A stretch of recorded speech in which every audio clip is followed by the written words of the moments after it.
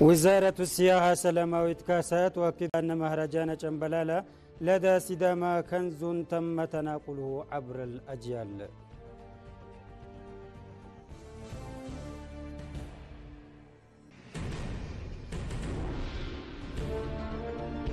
هيئة الاستثمار الإثيوبية ووكالة الأنباء الإثيوبية يوقعان مذكرة تفاهم لتعزيز إمكانات الاستثمار الأجنبي في البلاد.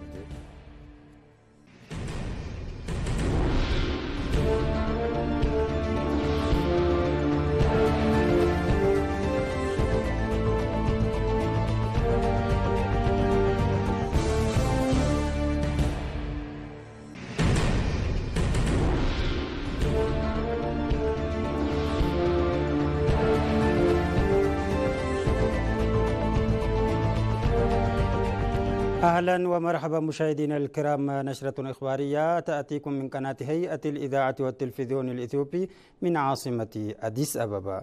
أكدت وزارة السياحة سلاماويت كاسا أن مهرجان جنبلالة الانتقال عصر سيداما بأنه كنز تم تناقله عبر الأجيال، ومن الأمور التي حظيت بها بلادنا هو تراثها الثقافي الغني، وإن تعددت ثقافتنا ليس مجرد علامة باردة لبلدنا بل إنها أثر إعجاب العالم كما تم تسجيله كتراث ثقافي غير مادي. وأشارت الوزارة إلى أن هذا دليل على أن إثيوبيا أرض رائع تتمتع بتنوع مذهل من الموارد الثقافية، وإذا تم استغلالها بشكل صحيح ستساهم في مستقبل البلاد. وذكرت أن نظام تقويم السيداما الفريد في جنبلالة والذي يعد من بين العديد من التراث غير المادي قد تم تناقله عبر الأجيال. وقالت إن شيوخ ووجهاء السيداما يستخدمون دورة القمر والشمس لتحديد الفصول، وهو فن وطني قديم. وعربت عن امتنانها للأمهات والآباء الذين ساهموا في تطوير النظام وتشغيله ليصل إلى شكله الحالي وجماله على مدى قرون عديدة. وأشارت إلى أن الاحتفالات المؤثرة والتفاني الصادق من جانب شيوخ سيداما هي أبرز ما يميز المهرجان به، وأن هذا المهرجان هو شيء يقدمه شعب سيداما بفخر للعالم. وأشارت الوزيرة إلى أن الاحتفال يحمل قيما تؤكد على السلامة والمحبة والإخاء والتضامن.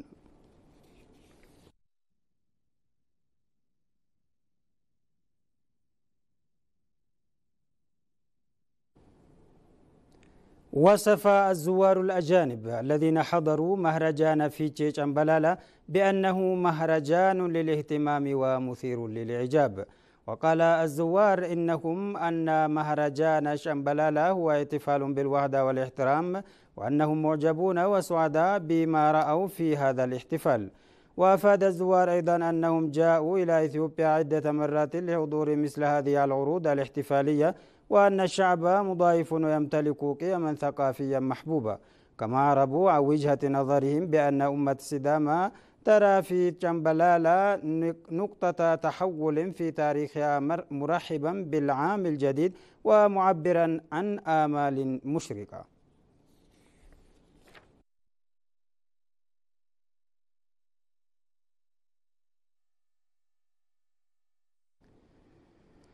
قدم السفير دليل قادر أوراق اعتماده سفير فوق العادة مفوضا لجمهورية إثيوبيا الفيدرالية الديمقراطية لدى جمهورية جنوب إفريقيا إلى الرئيس سيريل رامافوزا في حفل رسمي جرى بمقر الرئاسة في بريتوريا.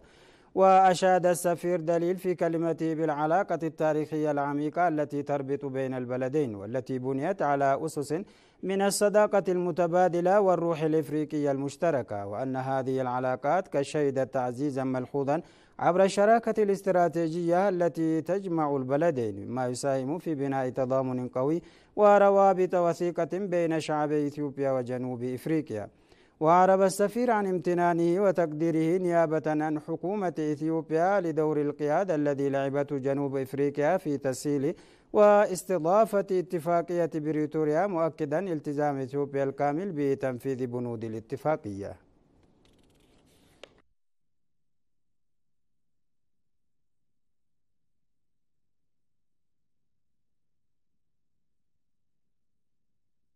وقعت هيئة الاستثمار الإثيوبية وكالة الأنباء الإثيوبية مذكرة تفاهم لتعزيز إمكانات الاستثمار الأجنبي في البلاد. وقعت مفوضة الاستثمار الإثيوبية زيليكي تمسكين والرئيس التنفيذي لوكالة الأنباء الإثيوبية سيف دربة مذكرة التفاهم. كما أكد المفوض بهذه المناسبة أن الهيئة تلعب دورا هاما في قيادة التحول الاقتصادي في إثيوبيا وتشجيع الاستثمار. وأوضح أن الحكومة اتخذت العديد من الإجراءات لتهيئة بنية مواتية للاستثمار، مضيفا أن الجهود جارية لدعم ومراقبة المشاريع الاستثمارية التي بدأت عملياتها في مختلف القطاعات.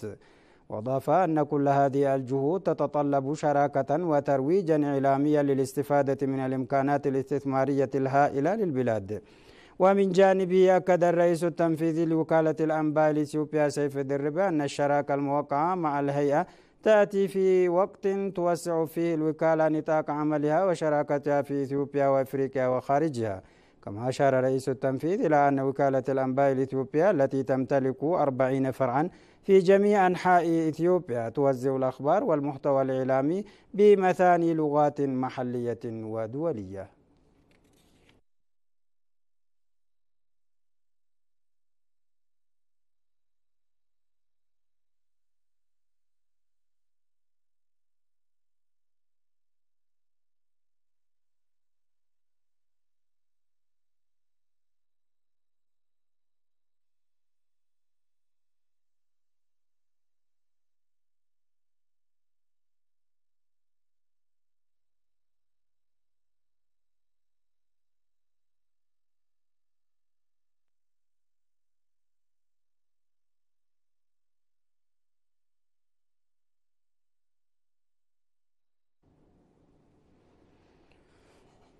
استقبل وزير الدولة للمالية الإثيوبية الدكتور أيوب تاكلم في مقر الوزارة وزير المالية وزير النفط بالإنابة في جنوب السودان ماريلا دونيغير آتير لبحث سبل تعزيز التعاون الثنائي بين البلدين في المجالات الاقتصادية.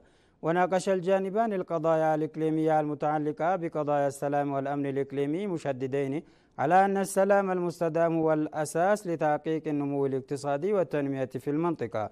كما ركزت المباحثات على تعزيز التعاون في مجالات البنية التحتية والطاقة والترابط الإقليمي، وإلى جانب مشاريع التنمية المشتركة التي تعود بالنفع على شعبي البلدين، ووفقا لبيان وزارة المالية الإثيوبية.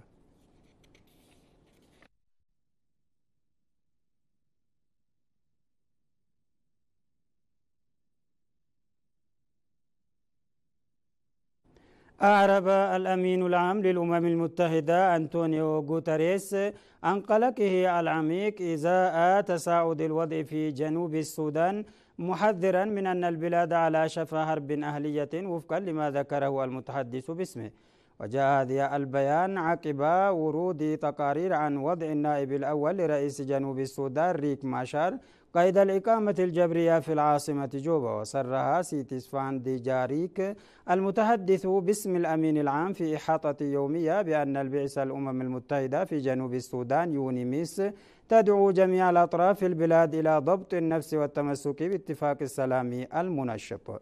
وأضاف دوغير أن بعثة حفظ السلام تنضم إلى شركاء السلام الإقليميين والدوليين الآخرين في الإعراب عن قلقه إزاء وضع مشير قيد الإقامة الجبرية. وأصدر رئيس بعثة الأمم المتحدة في جنوب السودان والممثل الخاص للأمين العام نيكولاس هايسوم بيانا عقب ورود أنباء عن الاعتقال، مشيرا إلى أن هذا لن يدمر جنوب السودان فحسب، بل سيؤثر أيضا على المنطقة بأكملها.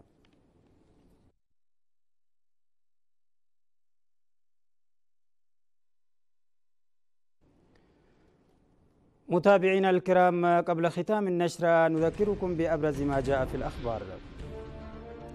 وزير السياحة سلاماويت كاسا تؤكد على أن مهرجان جنبلالا لدى سيداما كنز تم تناقله عبر الأجيال.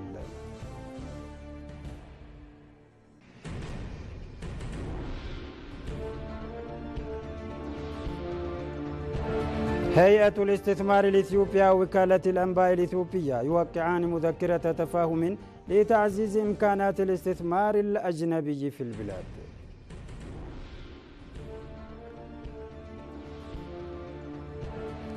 إلى هنا تنتهي نشراتنا الإخبارية لهذه الساعة، نشكركم لحسن المتابعة، دمتم بأمان الله.